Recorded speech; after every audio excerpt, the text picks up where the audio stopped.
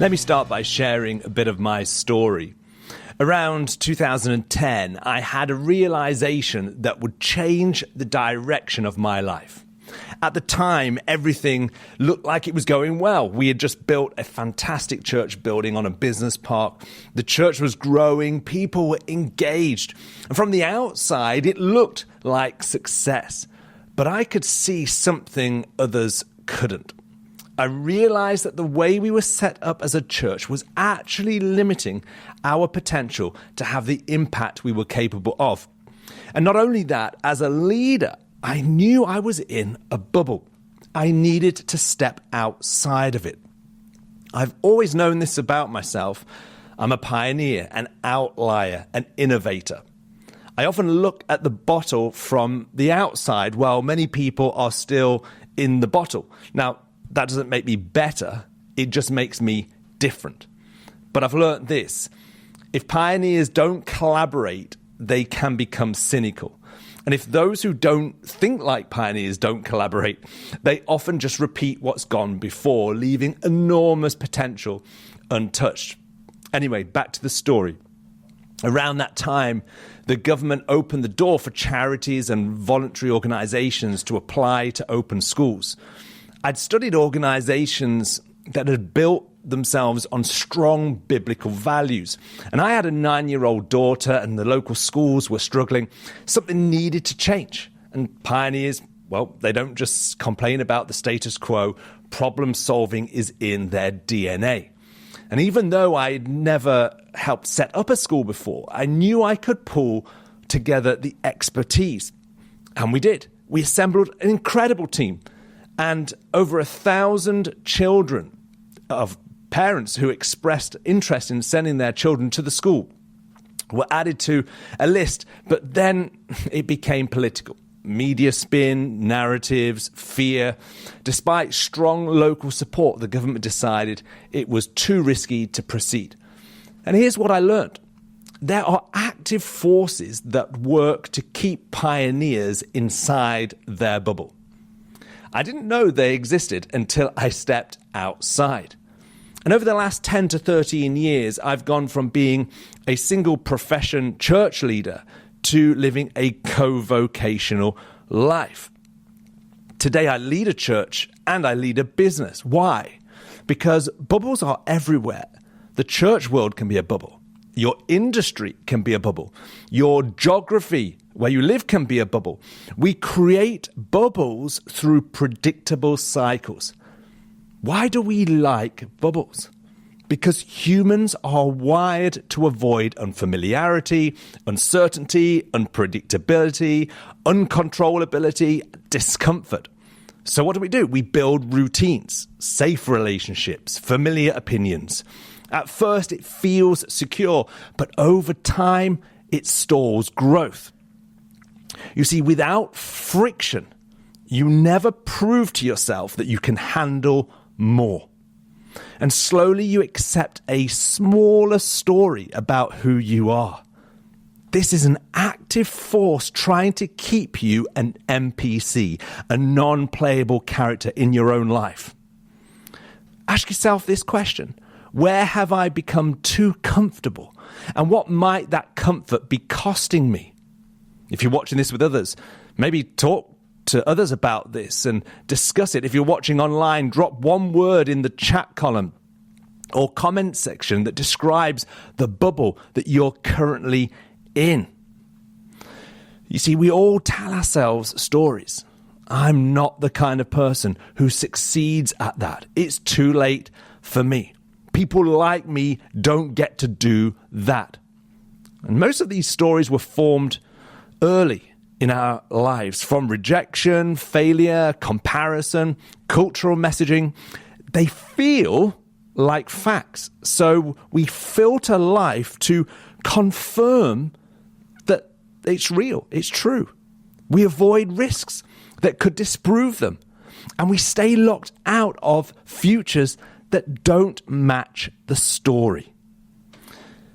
The Apostle Paul wrote in his letter to the church at Rome, one of the most powerful verses in the New Testament: do not conform to the pattern of this world, but be transformed by the renewing of your mind.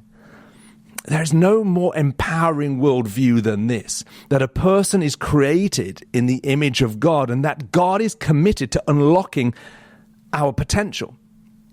He shows us how to live and he empowers us to do it. Now, whether you believe that or not, there's a powerful framework for growth to break us out of a pattern that we've adopted, a bubble that we're living in. Ask yourself this question: what story am I currently telling myself about who I am and who I might become if actually I challenge that story? One way of doing this is to finish this sentence. I'm starting to believe I could.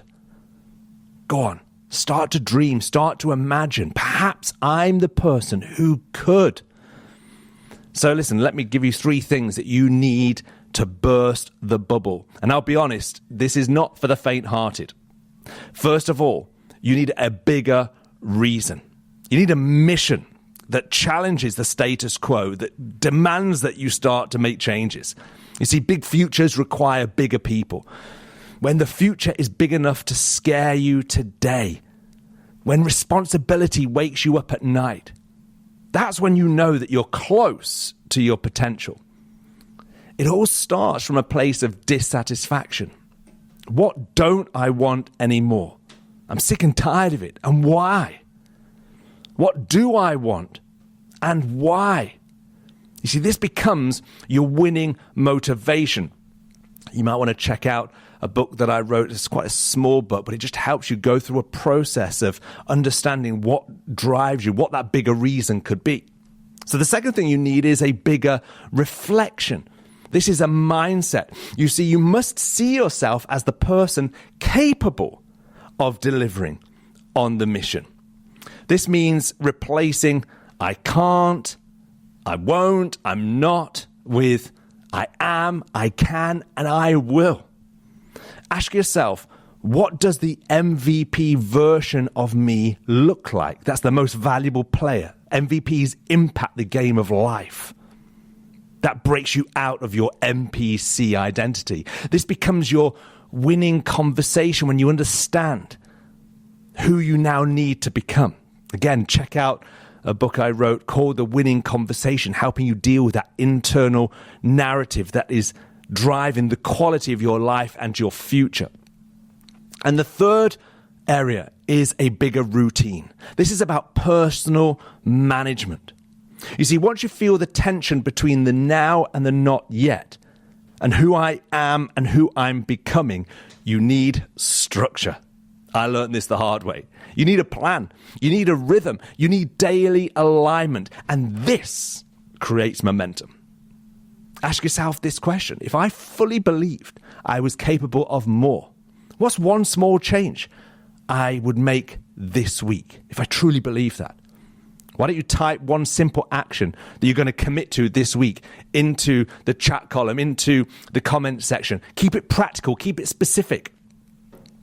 This year, I'm building a community of development that combines spiritual development with high performance. Why? Because I want there to be a place. I needed a place to help people break out of their bubble and to become the MVP they were born to be, to throw off the NPC version of themselves. One thing I wish I'd had was a go-to place to stay focused and to avoid drifting back into smallness. So I want to encourage you, why don't you subscribe to this channel, leave a comment, and if you want to explore joining a coaching community, I've put up an interest link below just to see who's out there and how I might be able to serve you. But here's what I want you to experience. I want you to experience clear weekly progress on your journey, visible momentum, confidence in the future that you're building. If you're married, I want your spouse to see the difference in you. If you've got children, I want them to be inspired by the change that they can see in your life. I want your income to increase. I want your freedom to expand. So take action. Also, we've created the Personal Revolution app. And why don't you start by defining your someday goal, that future, big, audacious, hairy goal, as it's often called. There's a short exercise that I'll link to this video as well that can help you clarify that. And why don't you join me next week for Growth Lab Live? Take care.